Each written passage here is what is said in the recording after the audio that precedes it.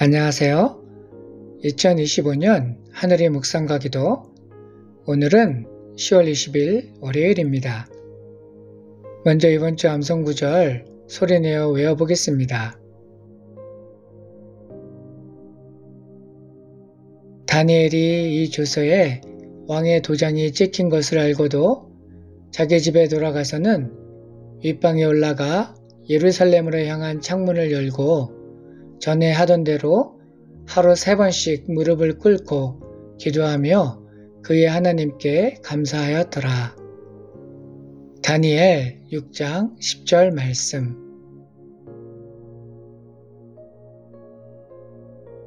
계속해서 오늘의 묵상 말씀 다니엘 6장 1절로 3절까지 저와 함께 정독하겠습니다.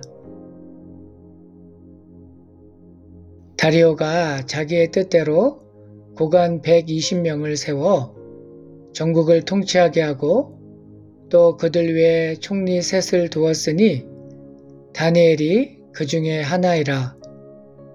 이는 고관들로 총리에게 자기의 직무를 보고하게 하여 왕에게 손해가 없게 하려 함이었더라. 다니엘은 마음이 민첩하여 총리들과 고관들 위에 뛰어남으로 왕이 그를 세워 전국을 다스리게 하고자 한지라. 아멘.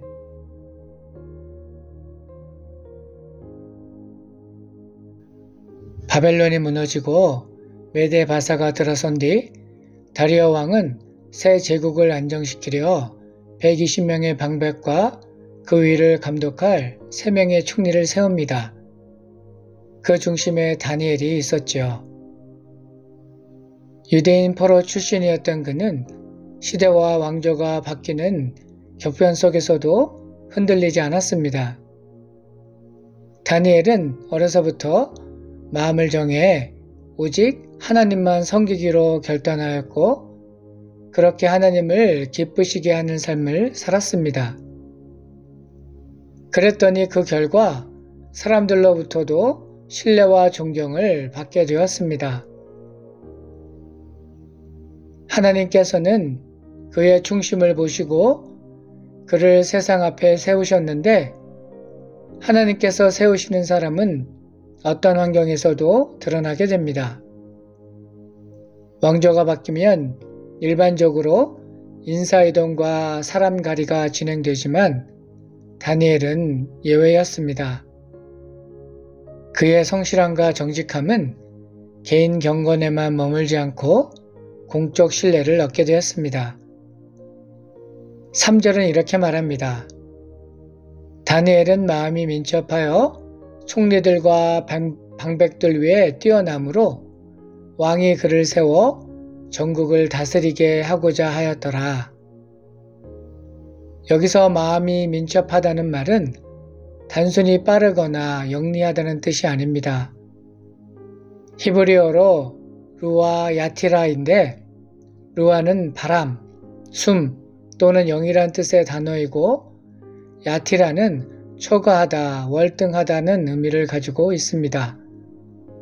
이를 종합해보면 마음이 민첩하다는 것은 단순히 잽싸고 이해가 빠르다는 의미가 아니라 영이 깨어있고 성령으로 충만하다는 의미입니다.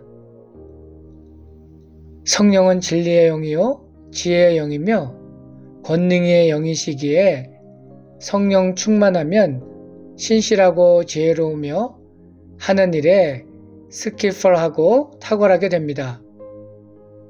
바빌로니아 문헌과 페르시아 기록에서도 왕의 신임을 얻은 관리들의 가장 큰 덕목은 정직과 지혜로 기록되어 있습니다. 다리오가 다니엘을 신뢰한 것도 바로 그 때문입니다. 역사적으로 메데바사의 관료제는 부패와 내분으로 쉽게 흔들릴 수 있었지만 다니엘은 그 속에서도 성령의 인도하심으로 모든 행정을 주께 하듯 바르게 처리하였는데 하나님을 향한 경외심이 곧 업무의 정직함으로 나타났고 그 성실함이 결국 제국의 질서를 세우는 도구가 되었습니다. 이처럼 우리들도 세상의 빠름이 아니라 하나님께 먼저 반응하는 깨어있는 마음으로 겸비될 때 하나님을 기쁘시게 하고 주변 사람들을 복되게 하는 통로가 될 줄 믿습니다. 말씀을 묵상하는 시간입니다. 오늘 본문 말씀은 여러분의 삶에 어떤 의미가 있습니까? 이 말씀을 어떻게 적용할 수 있을까요? 잠시 묵상하며 하나님의 음성에 귀 기울이는 시간 되기 바랍니다.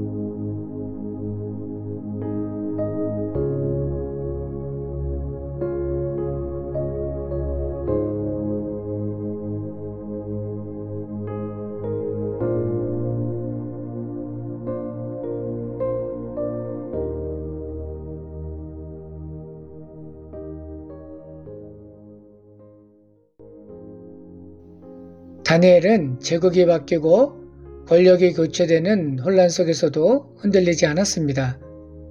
그 이유는 단 하나, 다니엘의 민첩한 마음이 세상의 흐름이 아니라 하나님의 뜻에 반응하고 있었기 때문입니다.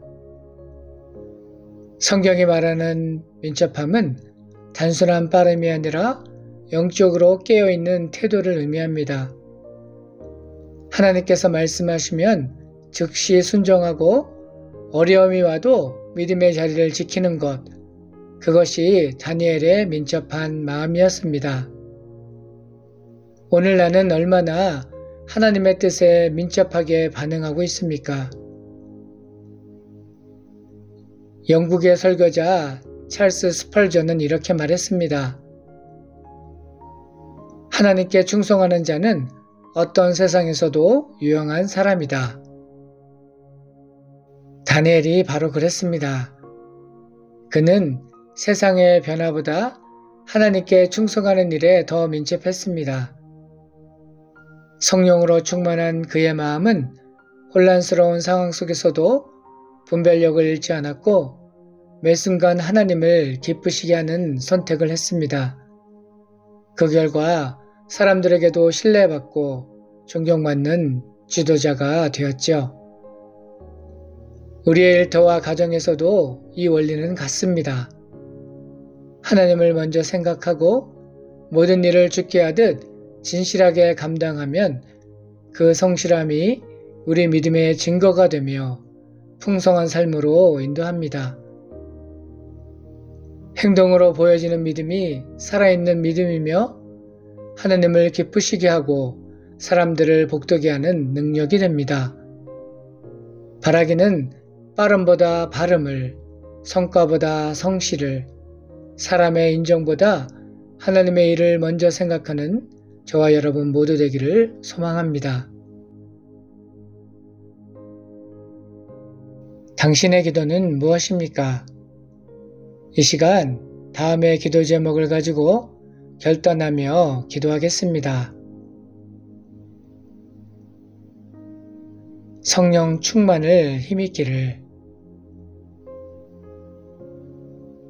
모든 일을 주께 하듯 정직하게 행하고 지혜와 총명의 영이 역사하사 맡은 일에 탁월할 수 있기를. 하나님을 기쁘시게 하고 사람들로부터 신뢰와 존경을 받을 수 있기를.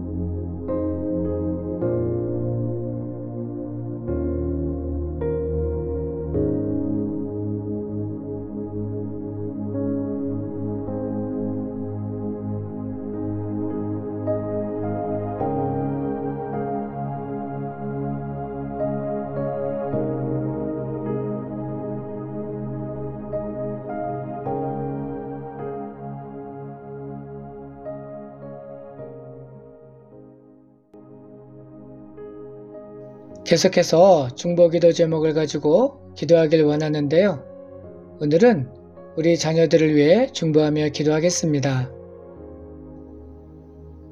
하나님을 인정하지 않는 세대를 살아가는 우리의 자녀들에게 하나님의 말씀이 진리임을 가르쳐 주시기를, 하나님 나라의 가치관을 새겨 주시기를, 흔들림 없는 믿음의 자녀들 되기를 기도하겠습니다.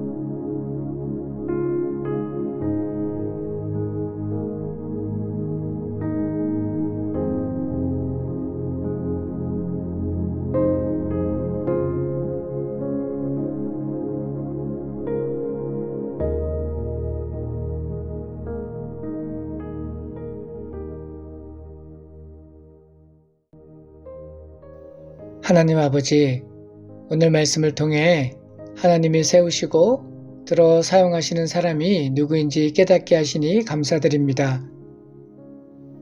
다니엘처럼 시대가 바뀌어도 주님을 향한 변치 않는 믿음을 주시고 성령으로 민첩한 마음을 허락하셔서 언제나 주님의 뜻에 반응하게 하옵소서.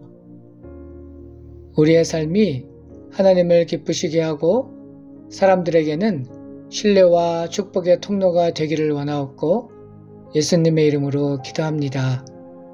아멘.